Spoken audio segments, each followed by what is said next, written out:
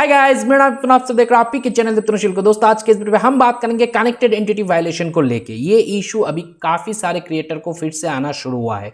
आज से 1-2 साल पहले मैंने इस टॉपिक पे काफ़ी सारे वीडियो बनाया, मगर अब तरीका चेंज हो चुका है। अब ये इशू क्यों आ रहा है ये समझना एज ए क्रिएटर आप लोगों को काफ़ी ज़्यादा ज़रूरत है, ताकि आपको ये इशू ना ही आए, और अगर आए तो ये इशू का सोल्यूशन क्या हो सकता है, इसको लेके भी पूरा विश्लेषण करूंगा। तो वीडियो को एंड तक जरूर देखना।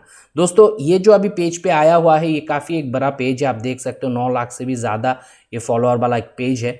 और इस पेज पे ये इशू अचानक से आया है और क्रिएटर को समझ नहीं आ रहा है कि क्या ऐसा करे ताकि ये इशू हट जाए। मगर जैसे मैंने बात किया इस पेज के ओनर से, तो इन्होंने मुझे इन्फॉर्म किया कि इन्होंने काफ़ी दिन पहले VPN का प्रयोग किया।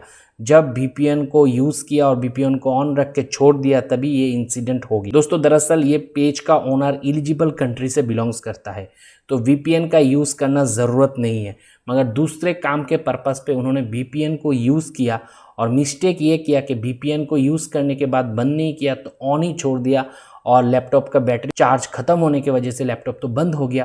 बाद में जब ऑन किया तो VPN शायद ऑन नहीं था, तो हो सकता है कि ये पेज जो है VPN में ऑन हुआ था, फिर नॉर्मल एलिजिबल लोकेशन से भी ऑन हुआ, तो 2 लोकेशन यहाँ पे ट्रैक हो सकता है।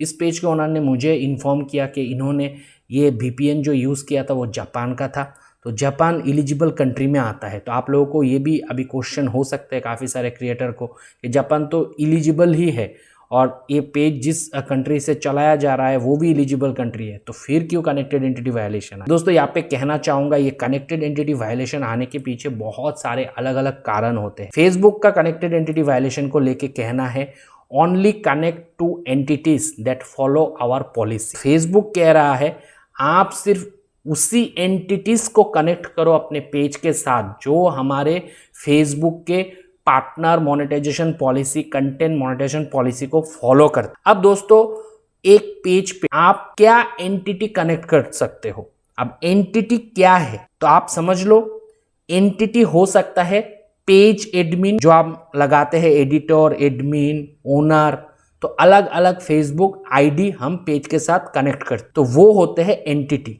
जो आईडी हम लगाते हैं, जो प्रोफाइल हम ऐड करते हैं। अब हो सकता है जो फाइनेंशियल एडमिन में हम लोग एडमिन ऐड करते हैं, वो पेज का एडमिन नहीं होता है, मगर फाइनेंशियल यानी कि पे आउट का एडमिन पे हम ऐड करते हैं डिफरेंट फेसबुक आईडीज को, प्रोफाइल्स को, वो भी हो सकता है एंटिटी। अब यहाँ पे ये जो इशू आया है वो हो सकता है पेज एडमिन आईडी जितने भी लगाए हैं उनमें से कोई ऐसा आईडी होगा, एंटिटी होगा, जो कि फेसबुक के रूल्स गाइडलाइंस को पालन नहीं करते हैं, या फिर हो सकता है पे आउट पे ऐसा कोई एडमिन लगाया होगा जो कि फेसबुक के रूल्स और गाइडलाइंस को फॉलो नहीं करते हैं। बेसिकली वही रीजन के वजह से कनेक्टेड एंटिटी वायलेशन आता है। और कभी कभी आप एक कंट्री में हो, वो एलिजिबल है, मगर दूसरा एक कंट्री का अगर एडमिन लगाते हो, भले एलिजिबल हो नॉन एलिजिबल हो, मगर दूसरा कंट्री से लगाए तो भी कनेक्टेड एंटिटी वायलेशन आ सकता है। मैक्सिमम केस पे देखा गया है उस केस पे नॉट एलिजिबल कंट्री का इशू आता है, मगर कभी कभी कनेक्टेड एंटिटी वायलेशन भी आ जाता है।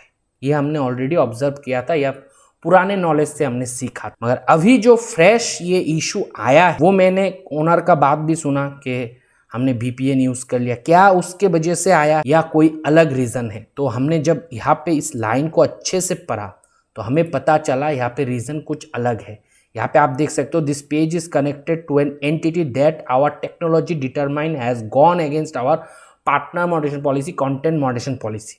अब इसका सोल्यूशन फेसबुक ने यहाँ पे लिख के रखा, contact your payout admin to resolve this issue. तो यहाँ पे पूरा हिंट आप लोगों को मिल गया है कि आपके पे आउट पे जो एडमिन है उससे कांटेक्ट करो इस इशू को रिसॉल्व करने के लिए। तो ये पेज एडमिन से जुड़ के कोई कनेक्टेड एंटिटी वायलेशन नहीं है, ये पेज पे आउट से जुड़ के कोई एडमिन कनेक्टेड एंटिटी वायलेशन के वजह से हुआ है। यानी कि इस पेज का जो पे आउट होगा उस पे मल्टीपल एडमिन लगाया गया है, फाइनेंशियल उन फाइनेंशियल एडमिन से कोई एडमिन आईडी होगा जो फेसबुक के पॉलिसी रूल्स गाइडलाइन को पालन नहीं कर रहे हैं, और उसको कनेक्ट करने के वजह से ही ये कनेक्टेड एंटिटी वायलेशन आया है पेज पे।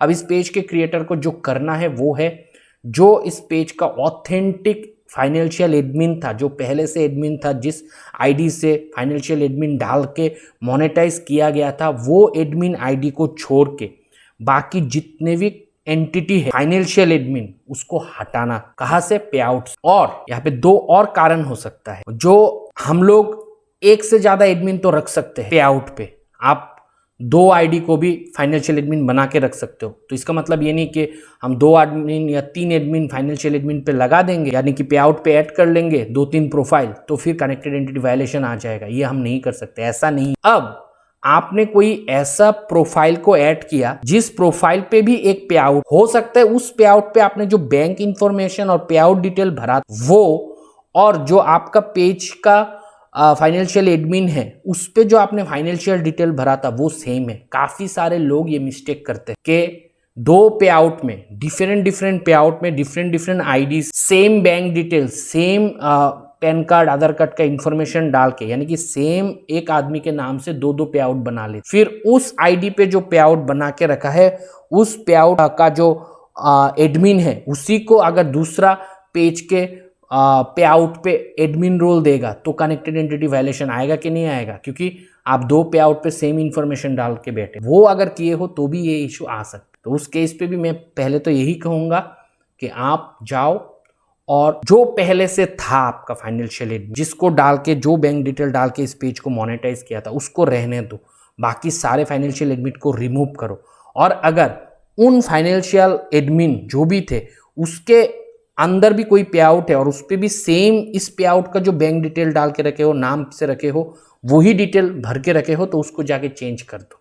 जो सेकंड पे सेम इंफॉर्मेशन डाले उसको चेंज कर दो, फिर आप पेज पे कंटेंट डालते रहो, तो फिर ये कनेक्टेड एंटिटी वायलेशन जो है ऑटोमेटिकली हटेगा। मगर इस पर माय नॉलेज, मैंने जो अब इसको देखा, इवन मोनेटाइजेशन टूल पे क्लिक करके देखा कि ब्रांडेड कंटेंट टैगिंग को छोड़ के बाकी सारे मोनेटाइजेशन टूल रेड है। ब्रांडेड कंटेंट टैगिंग इसलिए रेड नहीं है क्योंकि ये कोई पे आउट के साथ ऐड नहीं हो, इस पे कोई बैंक डिटेल से टूल मोनेटाइज नहीं होता, इसीलिए ये ग्रीन है। बाकी जितने भी बैंक डिटेल के साथ ऐड है, मोनेटाइजेबल है, उन सब में ये इशू है। मगर यहाँ पे फेसबुक खुद कह के रखा है कि ये हटेगा 90 डेज के बाद। मगर 90 डेज के बाद ऑटोमेटिकली नहीं हटेगा, आपको इसके लिए कुछ एक्शन लेना पड़ेगा पेज पे, तब जाके हटेगा। और वो एक्शन वही होगा कि आपके कनेक्टेड एंटिटी, यानी कि जो प्रोफाइल बाद पे आउट पे ऐड किए हो उसको हटाना है, क्योंकि आपको भी पता नहीं होगा किस एंटिटी के वजह से ये इशू आया है।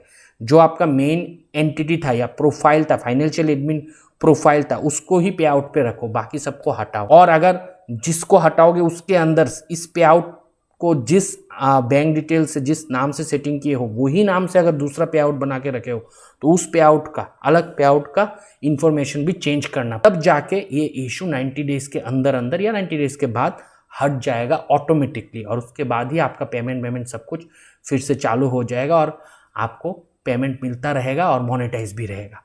होप गाइज आज के इस वीडियो से आपको काफ़ी इन्फॉर्मेशन मिला है कनेक्टेड एंटिटी वायलेशन क्या है, क्यों आता है और कैसे ये हटेगा। यहाँ पे साफ साफ कह के रखा है, इसीलिए contact your payout account admin to resolve this issue बोल के रखा है। और पे आउट अकाउंट एडमिन भले आप मल्टीपल ऐड किए हो, मगर जो बाय डिफॉल्ट पहले आपने मोनेटाइज करते हुए सारे डिटेल फिल करके मोनेटाइज किया था, वो पे आउट एडमिन मेन होता है। तो उसको छोड़ के बाकी को हटाना है। और बाकियों में भी सेम इन्फॉर्मेशन डाल के दूसरा पे आउट अगर आप करके रखे हो तो उसको भी जाके चेंज करो बैंक डिटेल, क्योंकि एक बैंक डिटेल दो पे आउट पे नहीं लगा। होप गाइस ये वीडियो आपके लिए काफ़ी ज़्यादा इन्फॉर्मेटिव, नॉलेजेबल हुआ होगा। अगर वीडियो पसंद आया है दबा के लाइक कर देना। कोई भी दोस्त मेरे चैनल पर नए आए हो चैनल को सब्सक्राइब करना। मिलता है अगले वीडियो के साथ, तब तक आप लोग खुश रहो, आबाद रहो और मैं प्रोग्राम करो दोस्तों। बाय।